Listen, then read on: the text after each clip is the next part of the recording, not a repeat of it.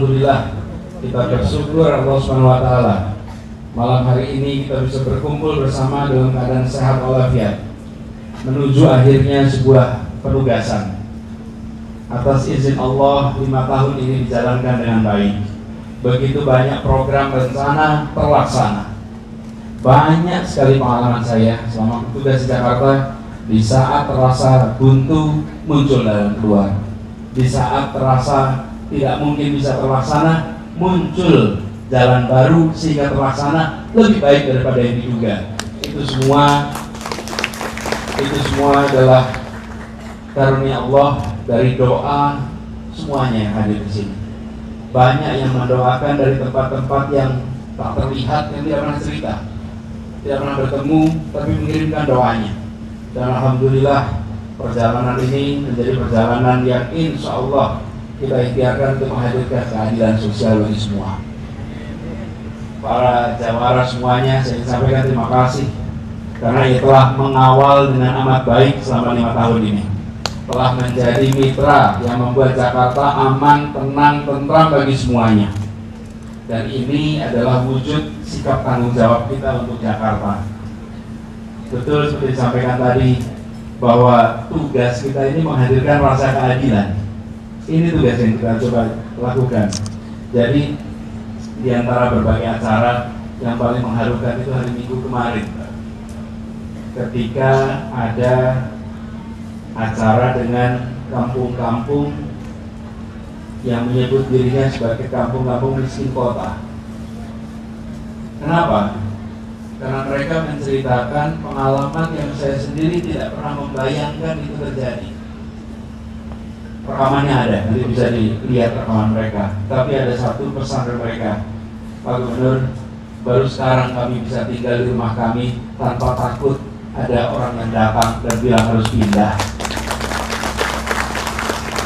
Abang-abang desa yang bekerja di kampung-kampung, mereka cerita baru sekarang kami bisa merasa tenang, becanya tidak diangkut. Kadang-kadang udah diborgol pun masih dipotong, diangkut. Dan ini adalah pengalaman-pengalaman yang saya sesungguhnya tidak pernah membayangkan. Ketika kita melaksanakan itu semua, kita merasa itu ya sudah seharusnya, bukan sesuatu yang luar biasa. Sudah seharusnya orang punya rasa tenang. Sudah seharusnya orang bisa tinggal di kampungnya dengan bahagia. Sudah seharusnya diberikan kesempatan untuk bisa hidup tenang. Jakarta ini kota buat semua, termasuk yang belum sejahtera. Termasuk belum sejahtera. Kampung-kampung ini banyak dulu itu karena mereka tidak punya IMB, karena tanahnya sengketa. Tanah sengketa tidak punya IMB. Karena tidak punya IMB, mau ngurus izin usaha tidak bisa, mau nyari kredit tidak bisa, PLN tidak bisa masuk, air minum tidak bisa masuk. Terus Alhamdulillah berkat diskusi cari jalan keluar, ketemu jalan keluar.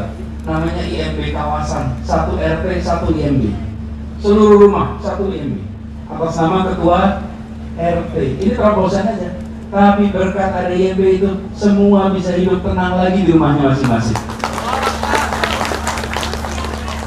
Dan IMB kawasan itu diberikan kepada begitu banyak kawasan yang di tanahnya ada sengketa. Biarlah sengketa itu diselesaikan nanti di pengadilan soal tanahnya. Tapi jangan hak hidupnya dihilangkan. Jangan aksesnya pada air dihilangkan, aksesnya pada listrik dihilangkan, aksesnya pada penghidupan dihilangkan.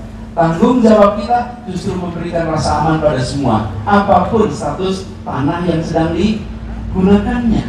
Apalagi banyak dari mereka yang sudah menggunakan tanah itu 40 tahun lebih bahkan. Jadi kami merasa di Jakarta ini kita harus terus jaga suasana keadilan itu. Jangan sampai Jakarta dianggap sebagai rumah bagi sebagian. Jakarta harus jadi rumah bagi semua yang ada di kota ini. Jadi tadi waktu Pak Bahtiar cerita soal pajak, cerita ini Pak Bahtiar itu memang benar. Saya termasuk yang paling mengkhawatirkan dengan kenaikan pajak di Jakarta yang terus-menerus. Tidak ada kota lain di Indonesia yang kenaikan pajaknya itu tinggi sekali. Tanah NJOP Jakarta itu naiknya tinggi betul. Tidak ada kota lain naiknya setinggi Jakarta. Pernah naik 500% di Jakarta. Apa artinya kalau pajak bangunan naik terus? Rumah itu adalah tempat untuk tinggal. Lain kalau rumah dipakai usaha. Kalau rumah dipakai usaha, karena dia pakai usaha, berarti harus bayar pajak. Tapi kalau untuk hidup, untuk tinggal, untuk terbebas dari hujan, terbebas dari panas, bisa mendidik anak, ini adalah hak asasi, hak dasar. Nah kalau itu dipajakin terus-menerus meninggi, apa yang terjadi? Sesungguhnya itu adalah cara sopan untuk mengosongkan kota ini dari yang tak sejahtera. Dengan caranya pakai pajak, nanti yang yang bawah pindah semua satu-satu keluar, tergusur satu-satu. Tergusurnya bukan karena didatangin bulldozer, tergusurnya karena tidak mampu bayar pajak. Dan banyak, karena itu dari 2018 semua pensiunan tidak bayar pajak, semua veteran tidak bayar pajak, semua orang berjasa tidak bayar pajak, semua guru-guru tidak bayar pajak. Sehingga kota ini itu kota yang berikan rasa kedamaian, keadilan. Dan alhamdulillah sekarang kita buatkan aturan sehingga di Jakarta itu semua rumah yang di bawah nilainya 2 miliar maka dia tidak kena pajak. Dan akibat dari itu berapakah persentase rumah yang tidak kena pajak di Jakarta? Sekarang sudah 85% rumah di Jakarta tidak terkena pajak. Hanya 15% itu 15% paling atas, bukan 15% paling bawah. Sehingga 85% warga di Jakarta ini tenang, tidak mengalami tekanan untuk pindah. Apalagi orang tua kita yang tinggalnya di sekitar sini. Dulunya kampung, terus akhirnya jadi kawasan elit. Begitu jadi kawasan elit tidak bisa bayar pajak. Bahkan gubernur Jakarta dulu namanya Bang Ali Sadikin, pajaknya setahun 180 juta. Gimana coba bayar pajak 180 juta? Itu anaknya iuran untuk bayar pajak bagi rumah warisan orang tuanya. Itu kejadian begitu banyak. Akhirnya satu-satu terusir keluar. Alhamdulillah proses macam itu telah berhasil dihentikan sekarang. Nah, mari kita jaga sama-sama ke depan.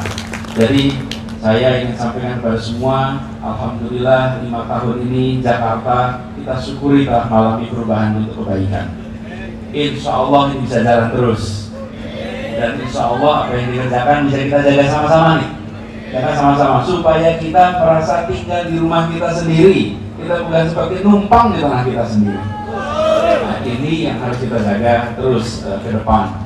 Dan juga saya sekaligus menyampaikan ucapan permohonan maaf apabila ada salah, ada khilaf selama bertugas di Jakarta. Terima kasih atas doanya, terima kasih atas apa yang kita kerjakan bersama-sama. Mohon maaf bila ada salah, ada khilaf, ada undangan yang belum terpenuhi, ada WA yang belum terjawab, mohon dimaafkan. Dan insya Allah kita akan terus berjalan bersama-sama ke depan. Jadi satu urusan selesai, bersiap dengan urusan yang berikutnya. Jadi kita alhamdulillah insya Allah hari Minggu besok tanggal 16 tuntas, dan setelah tuntas maka siap untuk perjalanan yang berikutnya. Terima kasih. Saudara Nabi. Minta kantor, seberang. Saya ingin sampaikan terima kasih pada para ahli ulama, pada para asatidz, para habaib yang selama ini terus mendoakan dalam perjalanan ini. Insya Allah mereka semua diberikan kesehatan, dimudahkan dalam seluruh kegiatan dakwahnya, dan terus menjadi penjaga umat di Jakarta.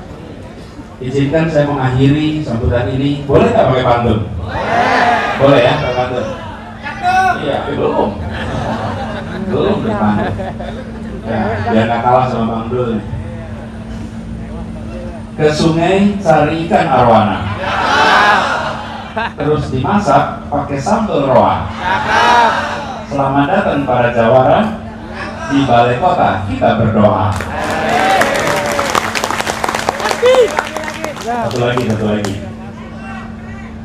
Makan ikan, nasinya habis 2. Selesai makan, ngemil pakai asinan. Mumpung malam ini pada kumpul semua, izinkan saya sekaligus pamitan. Terima kasih, kurang lebih mohon dimaafkan. Wallahul muwaffiq ila aqwamit thoriq. Assalamualaikum warahmatullahi wabarakatuh. Takbir. Allahu Akbar. Oke.